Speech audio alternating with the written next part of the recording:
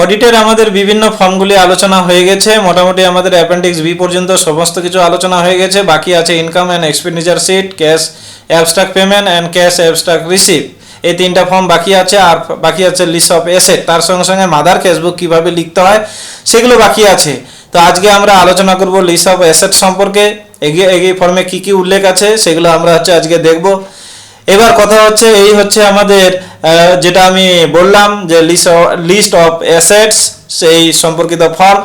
তো এটা আলোচনা করার আগে আপনারা এই ফর্মগুলো পাবেন কোথায় সেটা আপনাদেরকে এক নজরে একটু আমি দেখিয়ে নিই। এর জন্য আমি চলে যাচ্ছি ক্রোম ব্রাউজারে। তো আমি ক্রোম ব্রাউজারে এসে লিখলাম helpheadmaster.wordpress.com। এটা লেখার পর আমি সার্চ করতেছি, সার্চ করলেই এই ওয়েবসাইটটি হচ্ছে খুলে যাবে। এটা আমার ওয়েবসাইট, উপরে আমার ছবি আছে।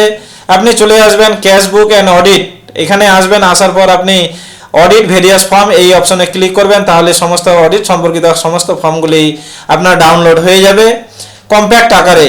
ডেভেলপমেন্টের যে সাবস্টিটিউটরি ক্যাশবুক সেটা এখান থেকে ডাউনলোড করতে পারবেন। এসএসএমএস সাবস্টিটিউটরি ক্যাশবুক এখান থেকে আপনি ডাউনলোড করতে পারবেন। তারপরে অডিটের বিভিন্ন ফর্ম এবং রুল সম্পর্কে এখান থেকে আপনি জানতে পারবেন। অডিটের জন্য যে এক বছরে একটা ফিনান্সিয়াল ইয়ারের ফিস কত আছে আপনি এই দুটো থেকে আপনি জানতে পারবেন।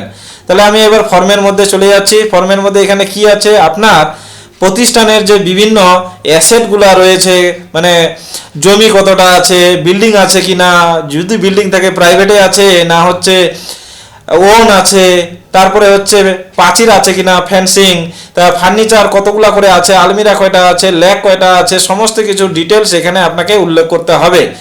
সমস্ত কিছু উল্লেখ করা মানেই হচ্ছে আপনার ফর্ম হচ্ছে যেটা লিস্ট অফ অ্যাসেট সেটা কমপ্লিট করলে এই ফর্মটা তাহলে আপনার কমপ্লিট হয়ে যাবে। তাহলে যে আমি আবার এখানে চলে আসলাম, তাহলে আমাদের সমস্ত ফর্মগুলো আলোচনা হয়ে গেল। শুধু ফর্ম এখন বাকি আছে income and expenditure sheet, cash abstract payment and cash abstract receipt, আর মাদার ক্যাশবুক কিভাবে লিখতে হয় সেটাও আপনাদেরকে ধাপে ধাপে দেখাবো। তো আজকে এ পর্যন্তই, ধন্যবাদ।